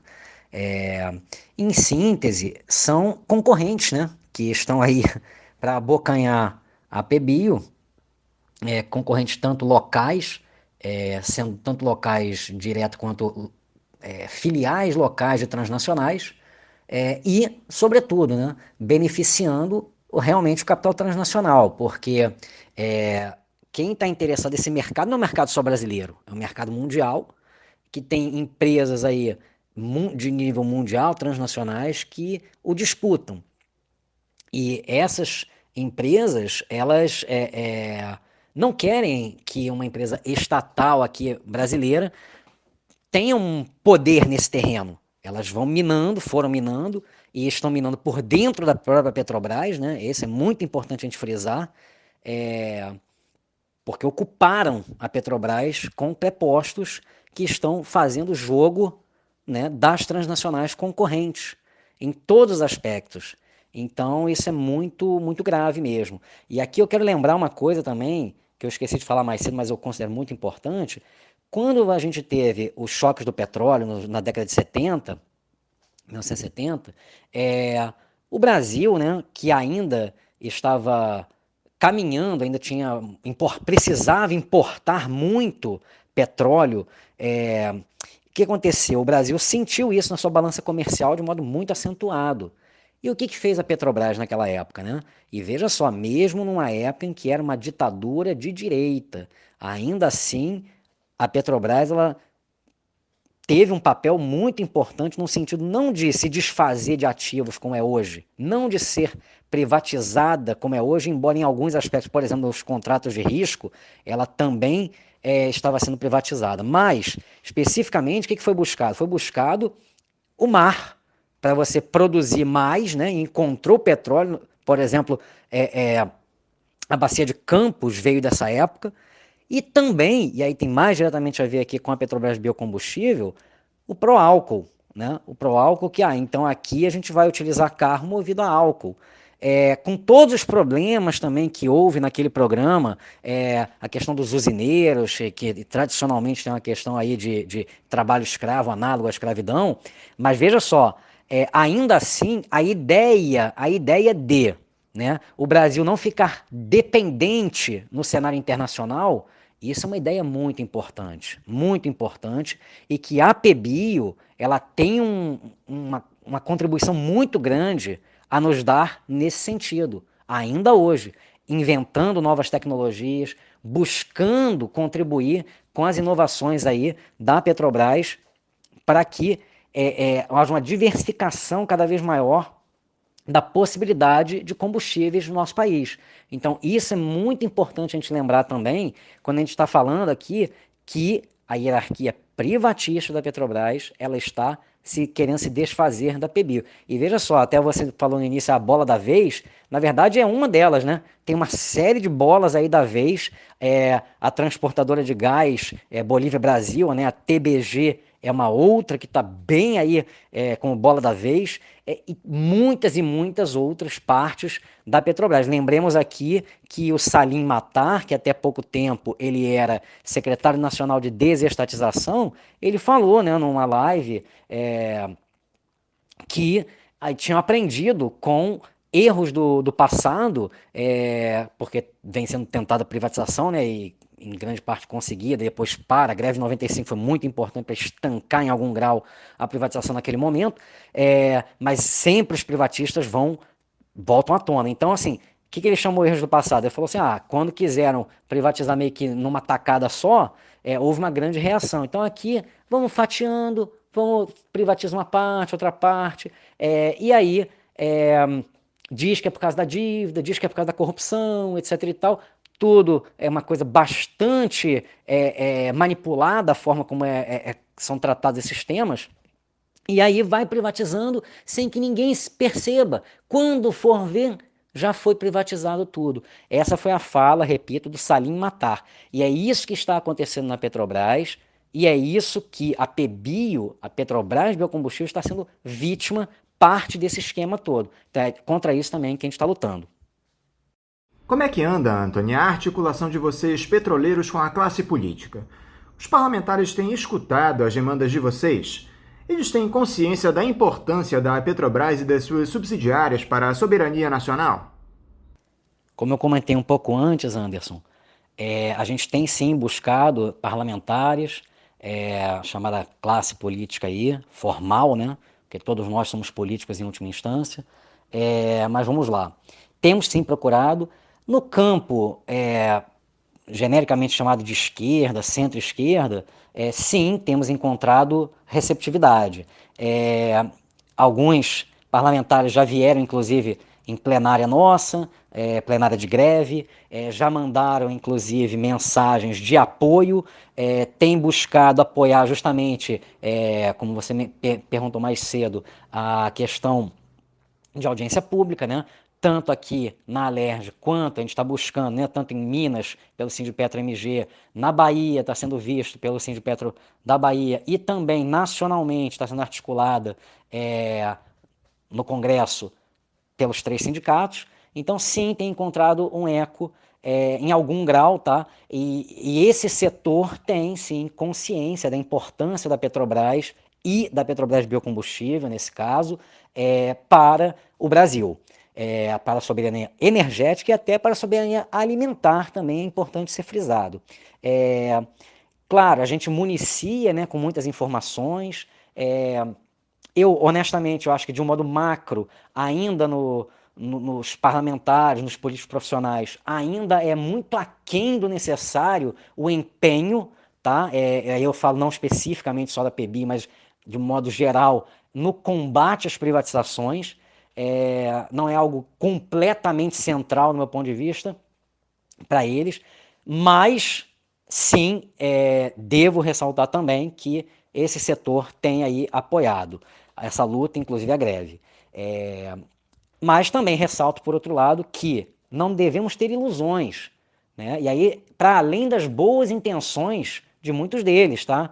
Eu não estou nem entrando nesse mérito. Estou dizendo que, assim, independente das intenções dos parlamentares, a principal força está diretamente nos trabalhadores. E a gente não pode ter ilusão quanto a outras coisas, porque muitas vezes se quer colocar essas ilusões. Então, a principal força é da greve dos trabalhadores. Tanto é que, por que agora é que se está falando tanto da questão da Petrobras Biocombustível? Porque os trabalhadores estão em greve. Se não estivessem em greve, poderia falar um pouquinho aqui, ali, acolá, mas não seria de forma alguma no mesmo nível que está sendo falado agora. Então a confiança que o trabalhador tem que ter, que a trabalhadora tem que ter, é sobretudo nele, nela própria. Nós temos que acreditar em nós mesmos e juntos, de modo solidário entre nós, fazer uma luta direta, e é isso que a gente tem a maior possibilidade de vitória, sem desprezar de forma alguma outros caminhos que vão se somando, que podem ajudar aí a fortalecer, a ser uma espécie de escudo. Mas, repito, a principal força é do próprio trabalhador. Essa chegada do Silvio Luna à presidência da Petrobras anima a categoria, Anthony. Ele andou dizendo nos últimos dias que a estatal segue com liberdade para definir o valor dos combustíveis e que essa política de preço de paridade internacional será mantida, mas com reajustes mais espaçados. Isso é suficiente, Anthony? Não anima não, Anderson. Eu quero deixar claro aqui que nós, do sindicato, né, nós estamos abertos. Nós buscamos o Silvio Luna e nós continuamos abertos aqui a conversar. Nós queremos conversar e nós estamos, no caso específico também da Petrobras Biocombustível, abertos a conversar para negociar essa situação dos trabalhadores, da própria empresa. Então, se o Silvio Luna quiser vir e está aqui mais uma vez um convite e um pedido ao Silvio Luna para vir conversar conosco, nós estamos aí dispostos. Agora, dizer que anima, propriamente não anima, por uma série de fatores, aí eu vou pegar um deles, que é esse que você citou aí, que é a política para o preço dos derivados, que é a paridade, né, com o preço de importação, o PPI, que ele está mantendo.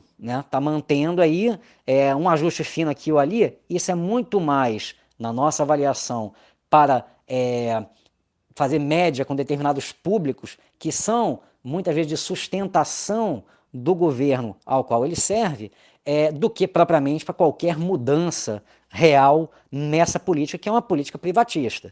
Porque devemos lembrar, esboçada ainda com a Graça Foster e implementada propriamente com o Pedro Parente, mantida com os posteriores presidentes da Petrobras, o que acontece? Essa é uma política que favorece importadores de derivados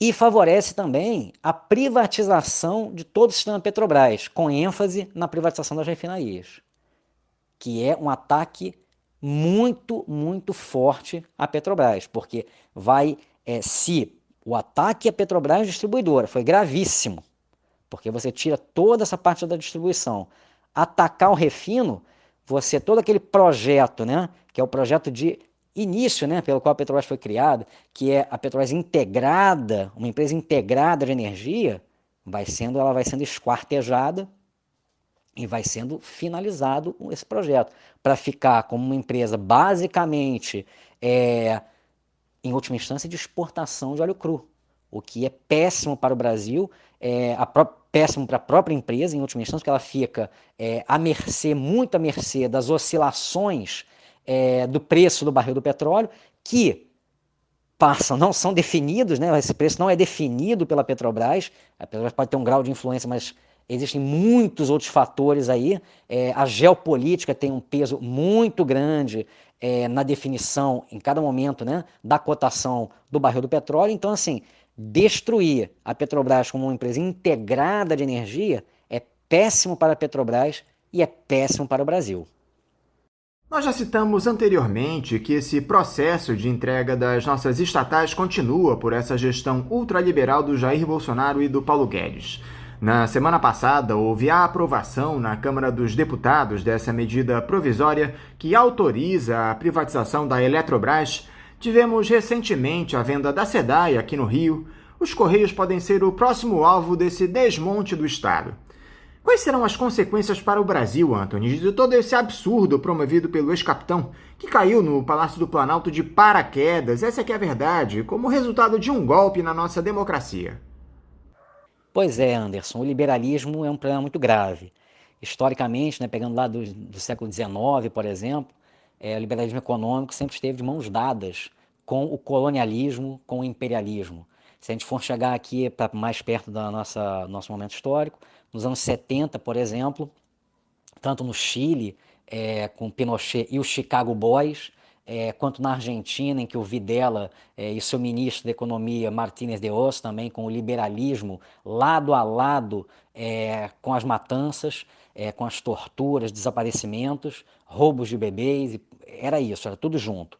E aqui também, na década de 90, em vários lugares do mundo, na América Latina e no nosso país aqui no Brasil, foi avassalador, né? Tanto com o Collor quanto com o FHC. Hoje a gente está ainda pior do que na década de 90, a meu ver, porque muita coisa já foi destruída de lá para cá e agora até os movimentos de resistência estão menores, né? Então, assim, a situação é muito grave. Muita coisa está sendo privatizada. Se a gente pegar o sistema Petrobras, ele já vem sendo aí esquartejado mesmo, já vem muita coisa foi vendida.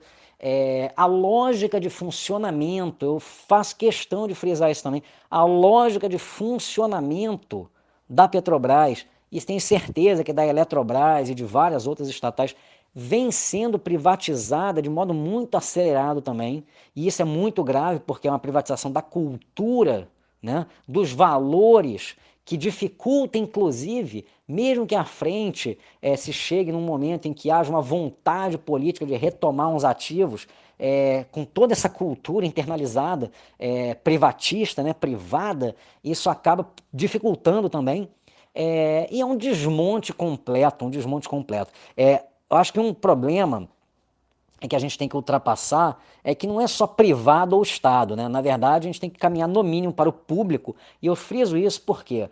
Porque uma parte também do que eu acho que facilitou o caminho dos privatistas foi que nunca as nossas estatais elas foram efetivamente do povo trabalhador, né? Isso faltou, até para que o povo trabalhador, sentindo que era seu realmente, que ele pudesse decidir os rumos dessas empresas, que ele tomasse completamente em suas mãos a defesa dessas empresas, a defesa desse patrimônio.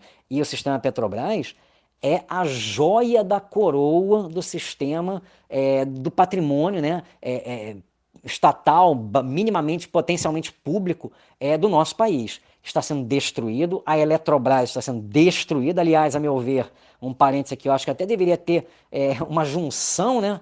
Nem privatizar uma nem a outra, mas ter uma junção entre a Petrobras e a Eletrobras, claro, bem pensada, mas um grande conglomerado mesmo de energia, e está sendo destruído. O que é isso? Faz parte da recolonização do nosso país, do aprofundamento da recolonização, é gravíssimo.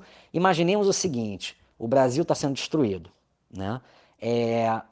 De que ferramenta nós vamos dispor se nós conseguirmos mais à frente colocar em prática, né, um projeto, uma vontade política de realmente mudar o cenário, mas qual vai ser a ferramenta? Se nós não tivermos a Petrobras, por exemplo, se nós não tivermos a Eletrobras e por aí vai, qual vai ser a ferramenta que nós vamos poder utilizar? Vai ser muito, muito mais difícil. Por isso é uma tarefa de todos nós, sim, prioritária de todos nós trabalhadores petroleiros que estamos ali no dia a dia, nós temos uma missão, né, de defender esse patrimônio, mas também de todo o povo trabalhador brasileiro. Se não conseguirmos, eu afirmo aqui que a possibilidade de nós revertermos todos os estragos equivalentes a uma guerra, né? O que está acontecendo aqui, a destruição do nosso país, equivale a uma guerra.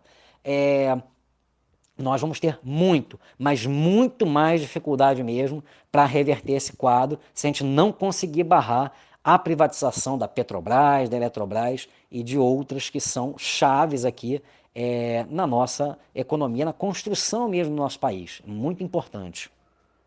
Antônio De Valle, mais uma vez, muito obrigado por você dialogar conosco aqui no programa. Eu quero reafirmar que vocês, do Sindicato dos Petroleiros do Rio de Janeiro, podem contar aqui com o Faixa Livre para denunciar esses malfeitos relacionados à privatização fatiada da Petrobras.